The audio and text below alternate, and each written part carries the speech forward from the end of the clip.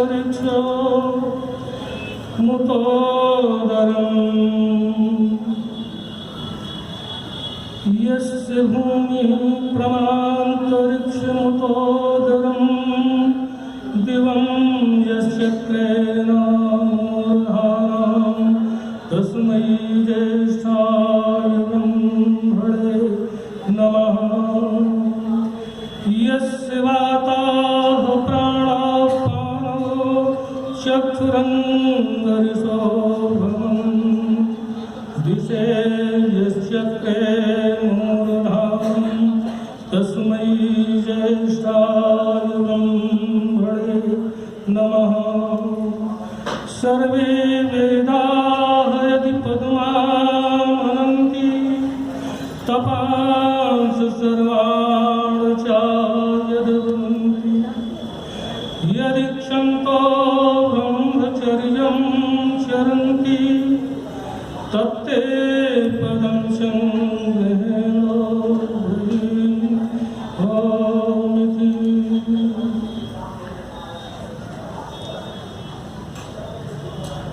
मैं भरत जी को आमंत्रित करती हूँ कि आचार्य जी को माल्यार्पण द्वारा स्वागत करें। भरत जी कृपया आइए और आचार्य जी को माल्यार्पण द्वारा स्वागत करें।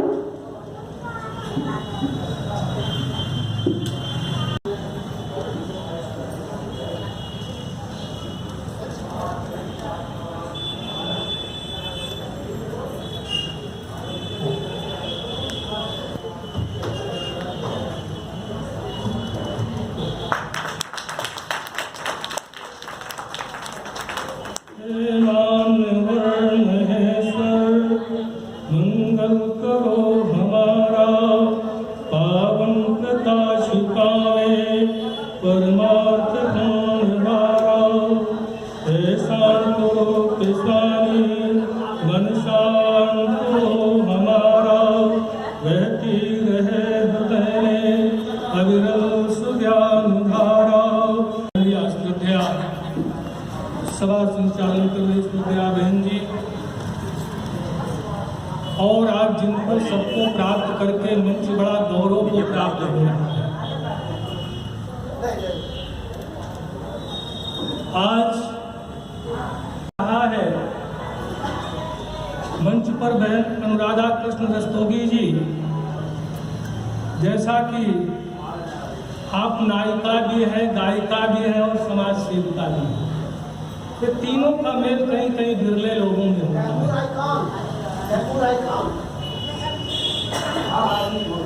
हमारे पुराने मित्र हमको बता रहे हैं, परिचय है ना। और ये तीनों चीज एक जगह मिल जाना, और एक बहन हमारी ऐसी है इतनी ऊंचाई प्राप्त करने के बाद भी जिसमें अहंकार छू नहीं सका है, तो ये आदरणीय भाई साहब वेद प्रकाश जी हमारे बता रहे थे।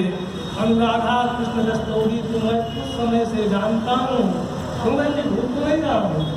जब कैसेट वाला इनका प्रथम गीत है ना, अवस्था बस थोड़ी सी आवाज में प्रभाव तो पड़ता है, लेकिन सच माने आज की आवाज कुछ भी नहीं है।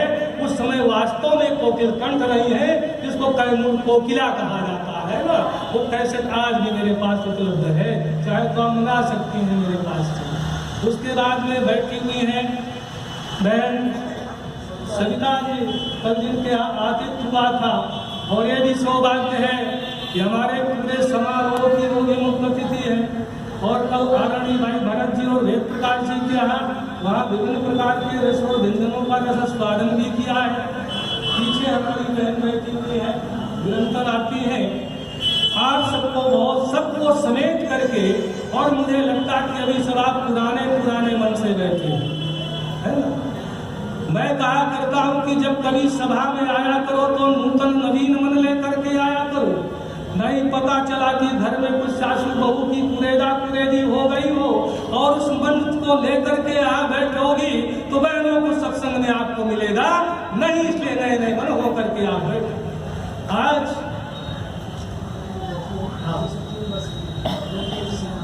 मूर्ति देवी आज श्रद्धा माता जी आई हैं और जिनकी अवस्था 103 वर्ष की हो चुकी है, ऐसी माता को जहाँ तक प्रोफेसर साहब ने कहा है कि जब व्यक्ति की आयु ज्यादा हो जाती है तो अपने आप में तीर्थ हो जाता है। तो आज माता जी के दर्शन करके हम भी सारे लोग कृतार्थ हो गए हैं। माता जी के लिए जोरदार तालियां बजाइए और है ना, लंबी आयु मिले। आज मिलती कहाँ से है? अब आइए थोड़ा से उच्च वैसे ही शोभा को प्राप्त होता है जैसे अपने मद से गढ़ शोभा को प्राप्त हो, कनक कुंडल बन करके शोभा को प्राप्त होता है, तुरंत अपने वेग से शोभा को प्राप्त होता है, वाणी व्याकरण को पाकर के शोभा प्राप्त करती है, सरोवर जो होता है वो हंस मिथुनों को प्राप्त करके शोभा प्राप्त होता है, और धरती जो होती है वो अच्छे राजा को प्राप्त करके शोभा को प्राप्त होती है, और माता की कुक्षी किसी सुपुत्र को पा करके प्राप्त होती है, शोभा को प्राप्त होती है। तथा उसी प्रकार से हम सभी आर्य समाज के सत्संग भाव में बैठ करके इन सारी देवियों के दर्शन को प्राप्त करके तो हम सब शोभा को प्राप्त कर रहे हैं। मैं बात तो कोई इधर उधर से नहीं बोला हूँ। जब आज महिला सम्मेलन है तो आदरणीय भाई साहब ने कहा थोड़ा से इस पर बोल दीजिएगा, इस पर बोल दीजिएगा। हमारी बहन जी, जिनके पिताजी बहुत बड़े आपके घर भी मुझे जाने का कभी मौका मिला है, उन्होंने बड़ी उदारता के साथ मुझे समय क्या दिया, मैं 45 मिनट बोल दूँ, है ना। तो यदि मैं चाहूँ तो और 5 को जोड़ करके इसी पर व्याख्यान दे सकता हूँ, लेकिन कुछ मैं ऐसे व्याख्यान आपको दूंगा कि आप अपने परिवार में भी उसको ले जाएं और उतार करके रखें। फिर भाई भरत जी ने एक माला हमको पहना दिया, और बहन जी यदि संक्षिप्त करके मैं बोलूं तो कुछ आप बोलो, कुछ मैं बोलूं। और भाई हमारे अजय जी आए हैं, वो माता जी हमें गर्व से आ जाती, राज परिवार घराना जिनका है, माता मालती देवी जी भैया खूब जानते हैं। आदरणीय भाई हमारे ब्रजवासी जी, आप कल्पना करिए उत्तम रीति से आप माला पहनाए हैं। बोलो माला किस में पूछा जाता है? माला किसका बनता है जी? माला फूलों से बनता है। पूछा किससे जाता है? सूत्र में पूछा जाता है। बोलो माला पहनी कहाँ जाती है? गले में पहनी जाती है। और जब महर्षि की यास्क से हमने पूछा कि किमर्थम गला, गला कहते किसे हैं, तो वहीं उन्होंने पर्यायवाची शब्द दे दिया। कहने लगे इसका नाम माला भी होता है और इसका नाम कंठाहार भी होता है। तब हमने पूछा महर्षि और आगे कुछ बताओगे, इसका कुछ राज है? कहने लगे कि हाँ इसका राज और है। हमने कहा पूछा क्या? कहने लगे थोड़ा से इधर को इधर कर दो तो इधर बचेगा कंठ। प्रधान जी आ गए, साहित्यिक व्यक्ति हैं, तो थोड़ा मुझे लगा साहित्यिक ढंग से चर्चा करें। ये कंठ और आहार को अलग कर दीजिए तो इधर क्या बचता है? कंठ बचता है। इधर क्या बचता है? हार बचता है। और आपको इधर उठा करके रख दीजिए तो इधर कंठा बन जाता है और इधर हार बन जाता है। अन्यथा मत लेना। बहनों तुम किसके लिए लड़ती हो? हार के लिए। और भाई तुम किसके लिए लड़ते हो? तुम आहार के लिए लड़ते हो। और इसीलिए मंगल सूत्र में खूब झगड़ा होता है। हमने कहा मंगल सूत्र से कहते हैं जो पूरे परिवार को एक मंगल में सूत्र करके पूछ देती है। तो पवित्र आत्माओं आज से न तुम हार के लिए लड़ो और न आहार के लिए लड़ो। एक कब सार्थक होगा जब स्वामी दयानंदारी समाज और वेद को पढ़ोगे, वेद को निगलो और वेद को उगलो, आपका कल्याण हो जाएगा। पवित्र आत्माओं आपका जीवन सुधर जाएगा। अर्थात थोड़ा से चिंतन, मैं काशी हिंदू विश्वविद्यालय की बात कर रहा हूँ और दयानंद हमको इसलिए याद आ रहे हैं। अभी एक बेटी बहुत उत्तम भजन गा करके गई कि दयानंद हमको क्यों बुरी है। आज कल्पना करना, दयानंद ने हमको बोलने की ताकत दिया है। हमको बोलने और बहरे लोग थे और ऐसी दशा में भी किसी ने हमको बोलने की ताकत दिया था। तो उस महाव्यक्ति का नाम था महर्षि स्वामी दयानंद सरस्वती स्वामी जी। कभी आपके यहाँ काशी के लोग खूब जानते होंगे, आदरणीय प्रधान जी खूब जानते हैं।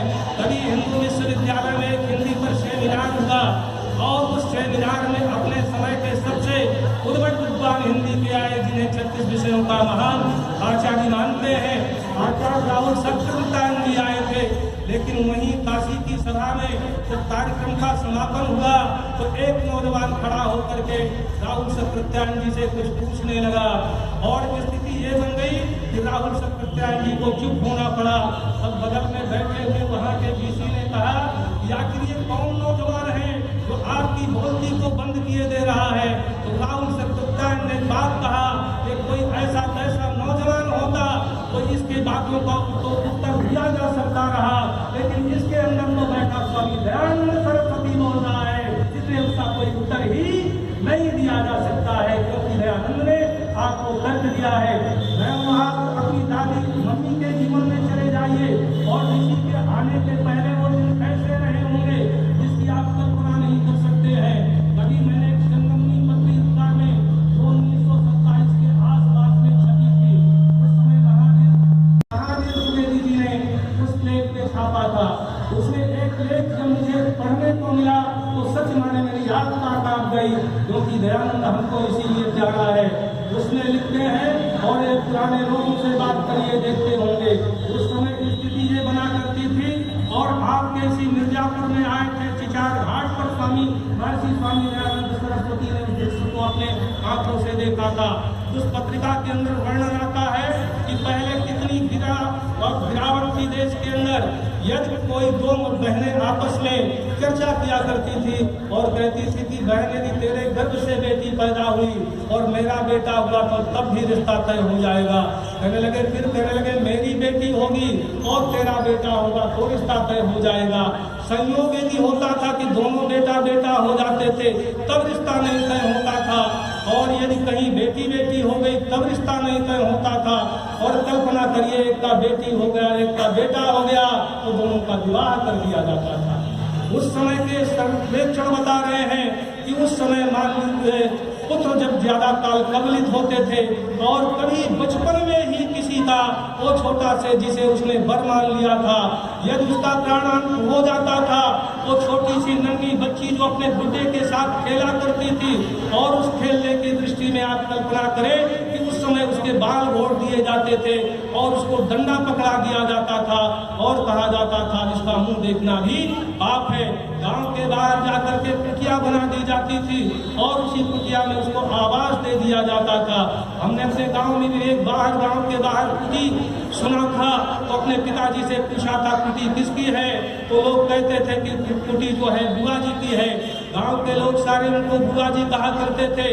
कल्पना उस जमाने का करिए जिस समय उसको विवाह की कोई परिभाषा भी नहीं मालूम होती थी, उस समय उसके बाल घोट करके और यदि कहीं घर में रहती थी और कोई उधर से निकलता था तो मुझे अपना पीठ पीछे मुंह करके दीवार की तरफ मुंह करके खड़े हो जाना पड़ता था। ये व्यवस्थाएं थी और उन परिस्थितियों से निकाल करके महर्षि स्वामी दयानंद सरस्वती ने, जब ऋषि दयानंद महाराज सरस्वती आए और आपके इसी मिर्जापुर में टिके थे, मिर्जापुर के गंगा के उस किनार पे टिके हुए थे और इधर चिचार घाट पड़ा हुआ था। चिचार घाट पर आए किसी ने सोचा कि यही मिर्जापुर में एक मेला लगता है जहाँ पर लोग बाप अपने बेटी का दान पंडों को किया करते स्थिति थी। ऋषि दयानंद को एक दिन ये स्थिति बनी कि उनके भक्त ने पंडित शिव शर्मा ने कहा कि महर्षि आज मेरे घर में आप भोजन स्वीकार कर लीजिए। उसने कहा कि लेकर के भोजन आना मैं स्वीकार कर लूंगा, लेकिन वो पंडित जी लिखते हैं कि जब भोजन लेकर के मैं गया तो मुझे पता चला कि स्वामी जी 4 बजे आज दिन से निकल गए हैं और अभी तक नहीं आए। कहने लगे रात्रि में बैठ करके मैं इंतजार करता रहा और इंतजार करते करते जब स्वामी जी नहीं लौटे तो मैंने पूछा कब तक आएंगे। लोगों ने बताया पता नहीं स्वामी जी कब तक आएंगे, और मैं इंतजार करते करते थक गया। भोजन को वहीं रख करके चला आया, वहाँ के सेवक से बता दिया कि महर्षि आए तो बता देना मैं भोजन लेकर के आया हूँ। लेकिन सुबह जब मैं पहुँचा तो वहाँ क्या देखता हूँ, सेवक ने उनका बिस्तर भी लगा दिया था और भोजन जैसे मैंने ढक करके रखा था भोजन वैसे ही ढका गया है, रखा हुआ है। तब तक सामने से आते हुए ऋषि मुझे दिखाई पड़े। मैंने महर्षि से पूछा महर्षि आपने मेरा भोजन नहीं स्वीकार किया है, आखिर क्या बात है, मुझसे कोई भूल हो गई त्रुटि हो गई है, आपने भोजन नहीं लिया। कहने लगे महर्षि में बड़े द्रवित हो गए और बड़े गंभीर से कहने लगे भाई शिवशंकर भोजन करने की इच्छा नहीं है। कहने लगे महर्षि कहाँ गए थे, कहने लगे मैंने सुना था कि चिचार घाट पर कल कई बार अपनी बेटियों का पंडों को दान करने के लिए जा रहे हैं, तो उनके रोकने के प्रयास के लिए मैं करने के लिए गया था। तो बोलो ऐसी स्थिति में दयानंद ना याद रहे तो आखिर कौन याद रहे, क्योंकि आपने इस देश को उन्होंने दिया है। लेकिन हाँ मैं एक बात कहना चाहता हूँ, और मैं दृष्टि तो ये बना करके आया था कि आज मेरा अंतिम प्रवचन हो रहा है, और इस अंतिम प्रवचन में मैं ऐसा प्रवचन करूंगा कि जो दोनों के लिए हो जाए। क्योंकि अभी माता जी कल तो मैं कुछ बोल चुका हूँ, लेकिन आज उसी को जोड़ते हुए असली रूप में देखें तो हमको बोध कहाँ हुआ। कभी गोरखपुर में बोलने गया था, आज के चीफ मिनिस्टर साहब भी थे, और जब वहाँ हम बोलने के लिए गए तो उस समय को ताली बजाने वाला आप सबको ध्यान होगा, वहाँ का मेयर हो गया था, वो भी वहाँ आए थे। राम प्रसाद बिस्मिल के ऊपर कार्यक्रम होना था कारागार में, और जब वही जिस श्लोक को आचार्य जी रोज बोलते हैं, तुम्हें माता च पिता तुम्हें बंधु सखा, तो मेरे तरफ थोड़े नजदीक में आके कहा कि आप बोल रहे हो कि परमात्मा जो है माता होता पिता भी होता है, लेकिन ना समझ मुझे देख, ना मैं माता बन सकता हूँ ना पिता बन सकता हूँ, आखिर मेरा माता पिता कौन है? तो हमने कहा तेरे लिए भी माता पिता है, क्योंकि जहाँ परमात्मा माता भी है, परमात्मा पिता भी है, वही क्या है ना परमात्मा स्त्रीलिंग में है और ना पुल्लिंग में है, इसलिए परमात्मा तेरा भी है और मेरा भी है। अब मेरे भाव को पकड़िए, चिन्ह मात्र से कोई स्त्री हो जाता, कोई पुरुष हो जाता है, लेकिन आत्म कल्याण की दृष्टि से दोनों जीवात्मा होते हैं, और दोनों को पुरुषार्थ उतना करना चाहिए। कल बड़ी उत्तम उत्तम बातें हो रही थी, आप आगे चले, और इस नारी के अधोपतन की दृष्टि के पश्चात से देश को गुलामी की जंजीरों को में जकड़ा जाना रहा। लेकिन हाँ एक निवेदन जरूर आपसे कहना चाहता हूँ, और इस रूप में कहना चाहता हूँ कि विद्या का प्रकाश तो हमको मिला है, ऋषि ने हमें विद्या का प्रकाश दिया है, हमें अपने कल्याण के लिए दिया है, लेकिन बोलो दीपक जो होता है घर में जलाया जाता है तो किसके दूर करने के लिए जी? अंधकार को दूर करने के लिए जलाया जाता है। अच्छा बोलो वही चिराग, वही दीपक कहीं घर में आग लगा दे तब छूटती चली जा रही है। आज हमसे परिवार दूर होते रहे हैं।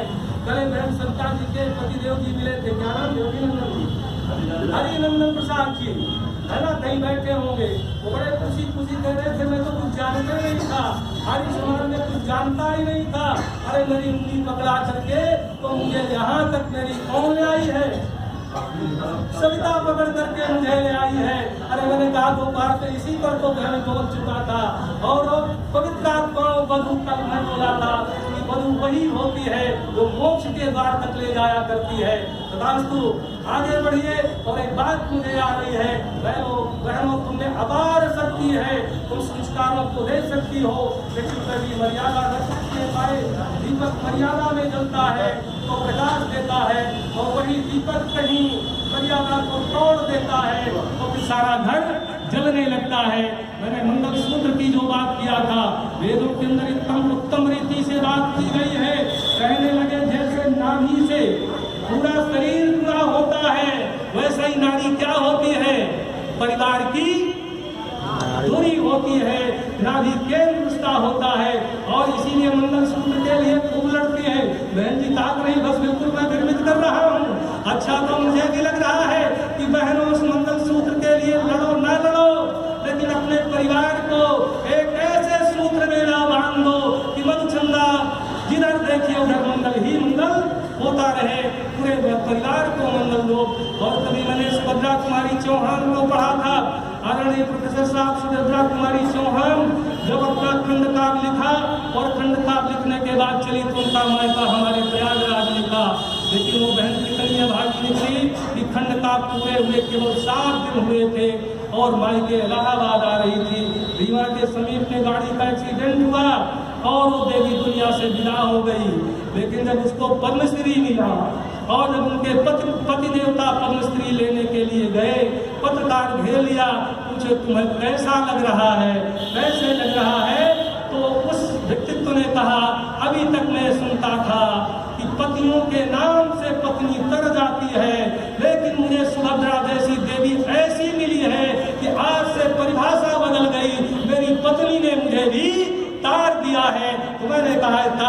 काम तो सभी करती हैं। चाहो तो आप परिवार को डुबो दो और चाहो तो परिवार का कल्याण कर दो, है ना? क्यों बहन जी, है ना? बेटी क्या होती है? पिता की पगड़ी में लिपटी हुई मर्यादा होती है। इसीलिए बेटी दोनों कुलों की होती है। कम से कम वेद में 27 पर्यायवाची शब्द आए हुए हैं स्त्री के, और उसमें महत्वपूर्ण एक शब्द आता है स्त्री। स्त्री कहते जो लाज को ढक करके रहती है। कहने लगे कैसे? कहने लगे पिता की कुल में रही, उसकी लाज को ढक करके रखा, और पति के कुल में गई तो उसकी लाज को ढक करके रखा। और कुरान जी इस पर भी एक बढ़िया कविता लिख देना। कभी कभी मैं तो कहा करता हूँ कि उसी प्रकार से दीवार चारों तरफ खड़ी कर दी जाए, और दीवार खड़ी हो जाए और उसके ऊपर छत ना पड़े, तब दोनों दीवार खड़ी हो जाए, छत ना पड़े तो कोई सुरक्षित रहेगा? इसीलिए मकान बनाया जाता है और घर बसाया जाता है। मकान ही रहता है। गृहिणी गृहम न उच्यते, जब तक उसमें कोई सकुशल गृहिणी ना आ जाए तो मर्यादा लिपटी हुई होती है। आप परिवार की मर्यादाओं को बचा करके चलना, मर्यादा कहीं टूटने ना पाए। और कभी राम जी को उस दृश्य को भी ध्यान रखना, पति पत्नी में कहीं भेद ना होने पाए। ये मर्यादा का राम का जीवन कैसा था, मैंने कभी पढ़ा है। रामायण के उस दृश्य को देखना, जब राम जी जंगल में गए और जब वहाँ बैठे थे, सामने विशाल वृक्ष खड़ा था, लेकिन वृक्ष में क्या थी, पत्ते गिर गए थे, सूखा टूट था। रामचंद्र जी बैठे हुए, समीप में सीता बैठी हुई थी। सीते से कहा, प्रिय सीते इस वृक्ष को देखो। कहने लगे देख रही हूँ। कहने लगे इस पर एक सुंदर सी लता चढ़ी हुई है और इस पे कोई पत्ते तो है नहीं, लेकिन जो थोड़ी सी इसकी शोभा है वो इस लतर के वजह से है। मुझे कौन पूछता, मैं कितना भागा हूँ। तुम जनक नंदनी रही फूलों पे चलने वाले, लेकिन तुम्हें मैंने आप कंकड़ पत्थर पर चला दिया। मैं केवल ठूठ का ठूठ हूँ, प्रिय तुझे मैं कोई सुख नहीं दे सका।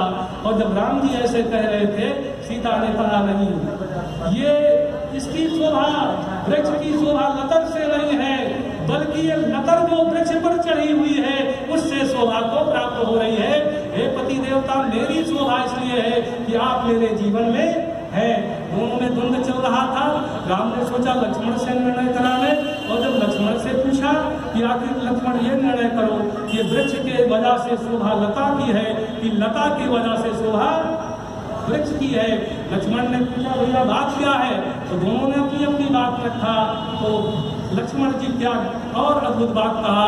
कहने लगे आप दोनों उल्टा बोल रहे हो, न लतर की शोभा इस वृक्ष से है और न वृक्ष की शोभा इस लतर से है, बल्कि सबसे ज्यादा शोभा को तो मैं प्राप्त हो रहा हूँ, क्योंकि मेरे साथ मेरे बड़े भाई का भी प्यार है और भाभी की भी छाया पड़ रही है। इसलिए सबसे बड़ा सौभाग्यशाली तो मैं ही हूँ। जब परिवार इतना बढ़िया बन जाया करता है तो फिर आपका सत्संग सार्थक हो जाता है। अब बहन जी कान पकड़ करके हमारे यहाँ उठाएंगे, है ना? क्यों दीदी जी को अधिकार है। अच्छा, अब आइए थोड़ी सी चर्चा में करे दे रहा हूँ।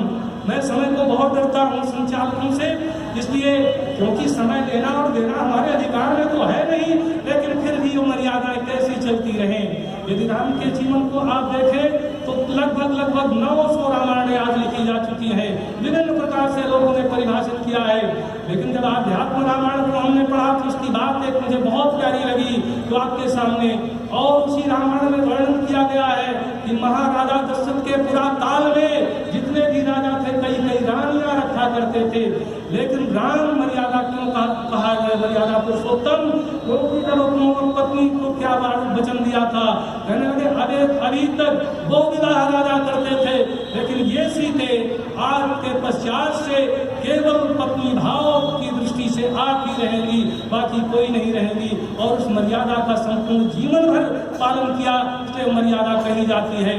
अब आइए इसको और संक्षिप्त करके आपकी मर्यादाएं कहाँ टूटती हैं। और ये यज्ञ जो प्रधान जी मंत्री जी कराते हैं, कभी कभी छोटी छोटी बातों पर मैं सोचता हूँ, चिंतन करता हूँ कि ऋषियों ने कितनी उत्तम बातें दे दिया है उनके, और ये यज्ञ आदि जो करते हैं ना, ये सब हमारे जीवन के कल्याण के लिए होते हैं।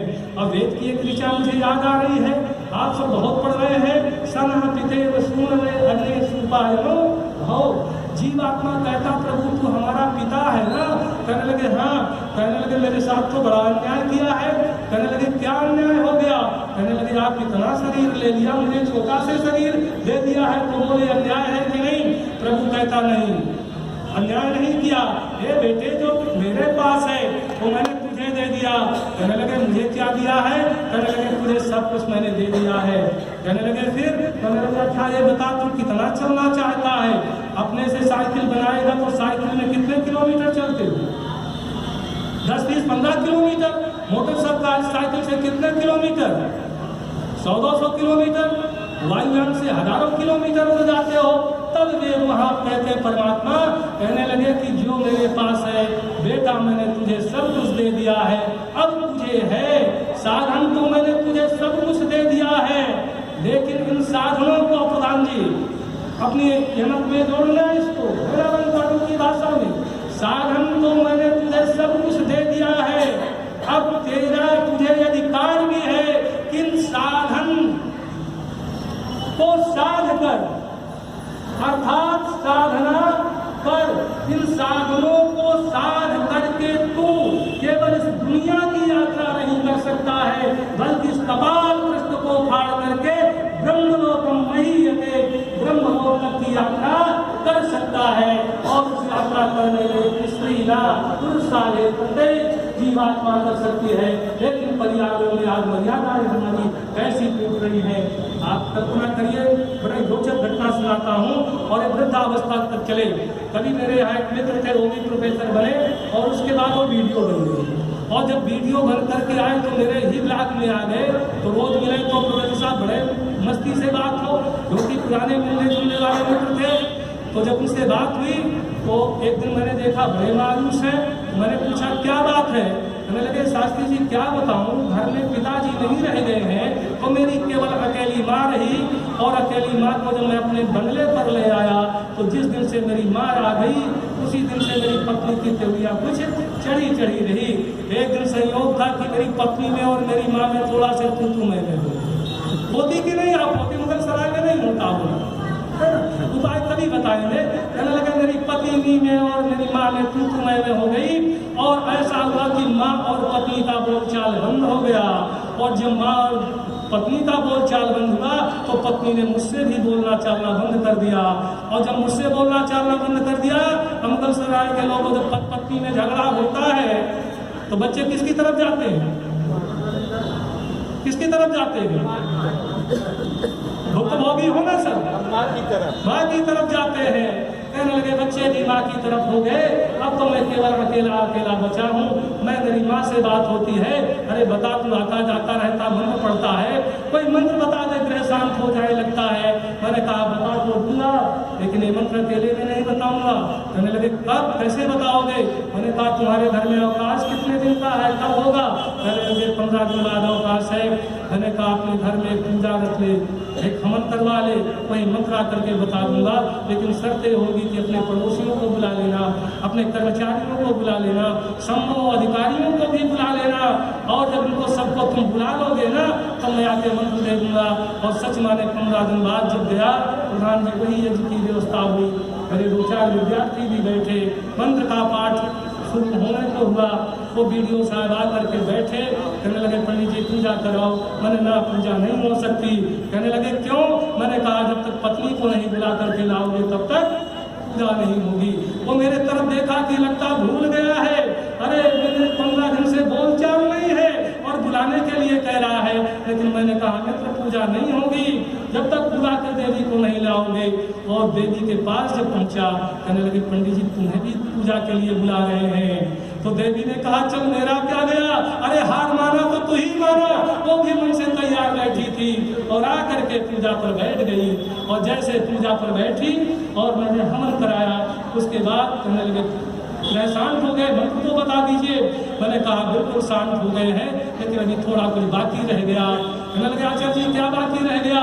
मैंने कहा जब तक पति और पत्नी दोनों एक दूसरे से क्या करोगे, अभिवादन नहीं करोगे तब तक पूजा होगी।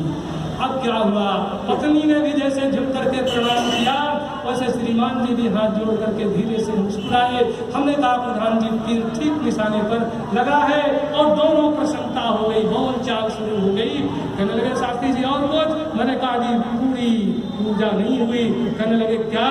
कहने लगे मैंने कहा तुम्हारी बूढ़ी माँ कुर्सी में बैठी हुई हो। जब मुझे महर्षि भर्तहरि याद आते हैं तो प्रधान जी जीवन किस बातों को याद करना, ये जीवन ऐसे ढल जाएगा पता नहीं चलेगा।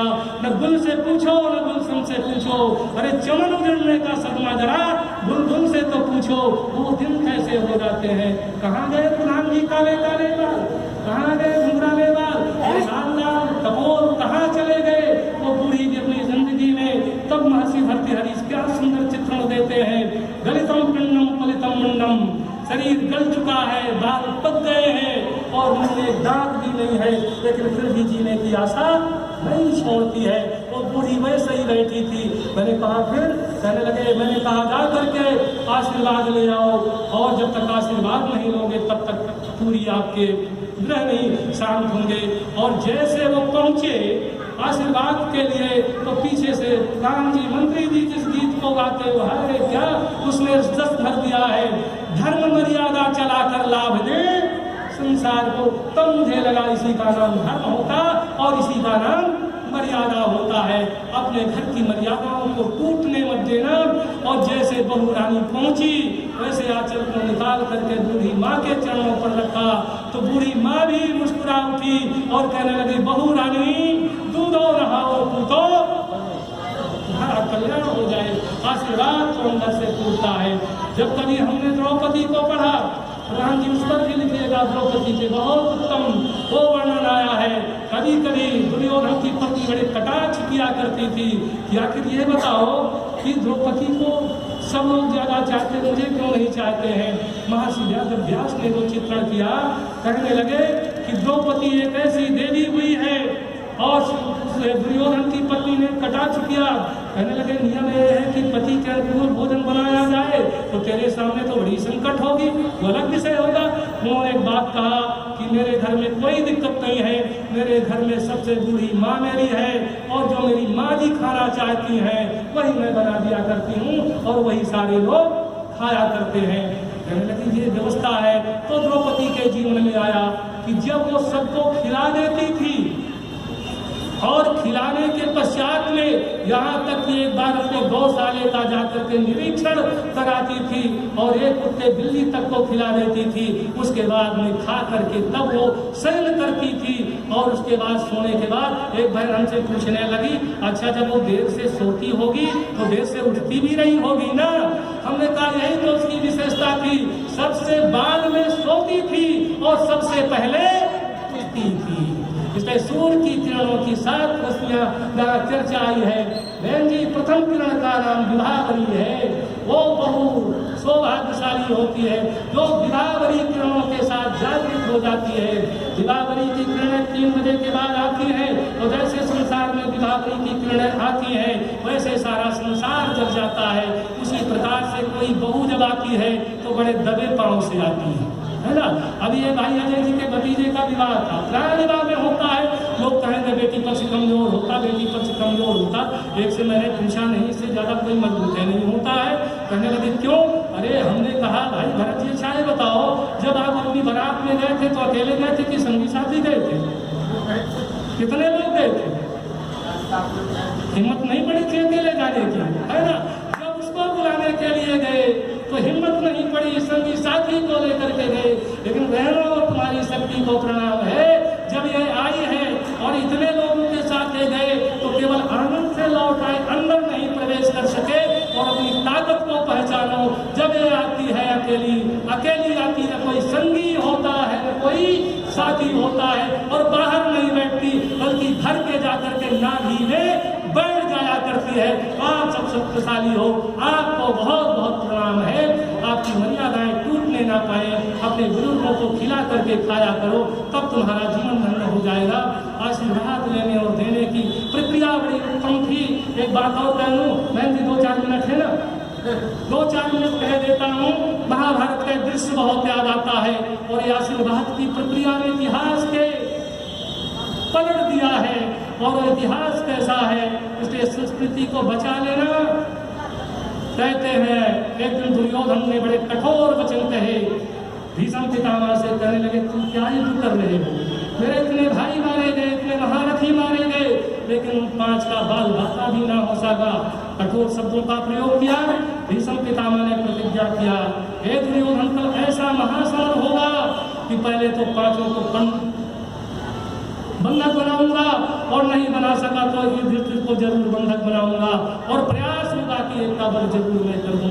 आप कल्पना करो, संकल्प तो ले लिया, प्रतिज्ञा ले लिया भीष्म पितामह, लेकिन जब रात्रि में आए तो डूब गए उन बच्चों को अपने नाती पोतों को याद करके, और अर्जुन के उस दृश्य को याद करके, क्योंकि भीष्म चाहते थे कि मेरा सामना केवल अर्जुन करेगा, और अर्जुन जब छोटा था और गोदी में मेरे चढ़ाता था, खेलता कूदता था, और मेरे ऊपर जब चढ़ाता था मेरी दाढ़ी को नोचता था और पूछता था, बापू तेरी दाढ़ी सफेद कैसे है? तो मैं कहता था, मैं तेरा बापू नहीं बल्कि तेरे बापू का बापू हूँ। कल उस बच्चों को मारने का, वध करने का मैंने व्रत ले लिया है। इधर अपने शिविर में बेचैन टहल रहे थे, और उधर भगवान श्री कृष्ण भी बेचैन हो गए थे, क्योंकि भीष्म की प्रतिज्ञा को कोई तोड़ नहीं सकता है। और इधर जाकर के द्रौपदी से कहा, बहन, और तू आज बड़ी गहरी निद्रा में सो रही है। कहने लगे, भैया क्या हुआ?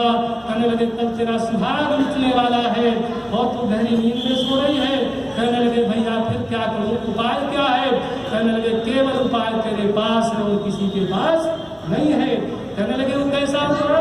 कहने लगे, चल मैं बताता हूँ। और भीष्म पितामह उधर घूम रहे थे। व्यास ने, शास्त्री जी महात्मा कर्म तोड़ दिया, करुणा सागर जब प्रवाहित किया है कि कैसे धूल भरे वस्त्रों को मलिन करते थे बच्चे। कहने लगे, उधर भीष्म पितामह टहल रहे थे, इधर कृष्ण ने कुछ नीति की बात बताया। दबे पांव द्रौपदी गई, थोड़ा से आगे आंचल मुंह को ढका और धीरे से जाकर के पितामह के चरणों पर आंचल लगा करके जैसे प्रणाम किया, भीष्म पितामह कह उठे, सौभाग्यवती भव। और जैसे कहा सौभाग्यवती भव, वैसे थोड़ा से सिर खोल करके कहने लगी, पितामह सौभाग्यवती कैसे रह जाऊंगी जब आपने प्रतिज्ञा कर लिया। कहने लगे, मुझे छल भी तो लिया है। अरे सौभाग्यवती कह दिया तो कह दिया, लेकिन बोल मुझे छलने वाला है कहाँ? मैं तेरी नीति हो नहीं सकती है। पीछे भगवान कृष्ण खड़े खड़े मुस्कुरा रहे थे, और मुस्कुराते हुए देखा तो भीष्म पितामह ने कहा, अच्छा मेरी प्रतिज्ञा तो तोड़वा दिया, लेकिन तुम भी एक प्रतिज्ञा किया है कि महाभारत में मैं अस्त्र नहीं उठाऊंगा, और एक गांगेय पुत्र यदि कल तुमसे अस्त्र ना उठवा लिया तो फिर गांगेय नाम नहीं कहलाएगा। और उस समय भूम को आप जानते हैं। कहने का तात्पर्य है कि इस आंचल की संस्कृति को सिमटने मत देना। और हमारी माताएं बहनें पुरानी पुरानी जाती थी, क्यों लाला जी? कहाँ से आशीर्वाद लेती थी? नीचे से पैर दबाती थी, ऊपर से प्रिया खुश होकर के बोलती थी, और उधर नहीं प्रवेश करूंगा, है ना। आशीर्वाद शब्द जहाँ से बना है। कहने लगे, आशीर्वाद कहते किसे है? कहने लगे, हृदय के आकाश में जब प्रसन्नता के शब्द खिलते हैं, वही आशीर्वाद के रूप में बरस पड़ते हैं। तब बूढ़ी के जब आशीर्वाद लिया करती थी, ऊपर से निकालते निकालते, पैर दबाते दबाते तो आशीर्वाद बोला करती थी। अभी दीदी जी ने बोल रहा था मुंबई, और जब ऐसी मैंने बात कहा तो एक मैडम जी खड़े हो गए। कहने लगे, आप पुराने आदमी हो, पुरानी बात बता रहे हो। हमने कहा, क्यों, क्या पुरानी हो गया? कहने लगे, पुरानी कम जानती थी, वो धीरे धीरे निकाला करती थी, आशीर्वाद लेती थी। हम पढ़ी लिखी है, हम तो एक बार में ही ऊपर से निकाल लेती, सारा आशीर्वाद ले लेती। समझ रही होंगी ना? कहने लगे, पहले पैर दबा के लेते थे, आज गला दबा करके आशीर्वाद लेते हैं। ये मर्यादाएं तुम्हारी टूट रही हैं। याचल वाली संस्कृति को बचा करके रखना, क्योंकि ये संस्कृति नहीं रहेगी तो हम नहीं रहेंगे, देश नहीं बचेगा। इसलिए और सासू माँ क्या कहती थी, दीदी इतने आशीर्वाद नहीं, दूधो नहाओ पूतो फलो। अगली बात बोल दिया करती थी, तेरे भैया भतीजा भी बने रहे। तब बहू पूछती थी, मेरे भैया भतीजे से क्या लाभ होंगे? तो सासू माँ, आप भी अपने मन को इस रूप में बताओ। तो सास क्या कहती थी, अरे तेरी जैसे खूबसूरत आप बिरवा को, अपने आंगन के बिरवा को उखाड़ करके मेरे आंगन की शोभा बढ़ाया है, तो वो तेरे भैया भतीजों को आशीर्वाद ना दूं तो मैं किसको दूं? तो इसलिए दोनों परिवार में सम्मति बना करके थोड़ा से समय ज्यादा हो गया, लेकिन दीदी का स्नेह तो भाइयों पे बरसता ही रहता है ना। ठीक, तो बहन संता के यहाँ भी गए थे, वो कहाँ गए? हम दीदी इसलिए कह रहे हैं क्योंकि आपके पिताजी भी रामकृष्ण थे, कहीं वो कहने न लगे तुमको दीदी कह रहा, मुझे भी कुछ कह, है ना। आप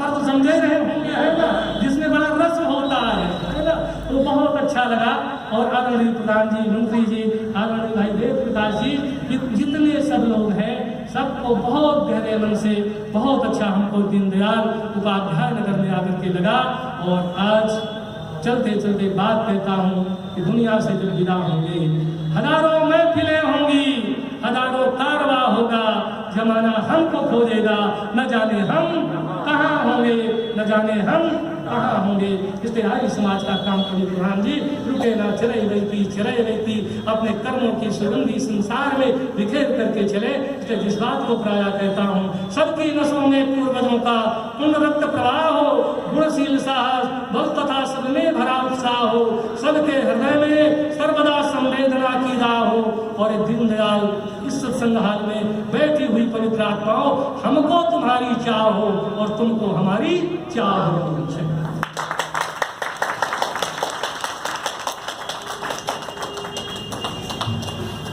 धन्यवाद आचार्य जी। अभी आप लोग आचार्य से सुन रहे थे कि गृहस्थ आश्रम की मर्यादा महिला रखती है, इसीलिए संस्कृत में एक शब्द आता है दुहिता। तो दुहिता का अर्थ होता है पुत्री, जो 2 पुत्र की मर्यादा को रखती है। माता निर्माता भवती, माता को निर्माता कहा गया है। तो इसलिए कहा गया है कि माता बच्चों को संस्कार देती है। सत्तार प्रकाश में ये लिखा हुआ है कि गर्भावस्था में ही माँ को अपना विचार और आहार और स्वाध्याय जो करे, अच्छी पुस्तकों को करे, तो वो बच्चों को संस्कार अपने आप मिलता है। और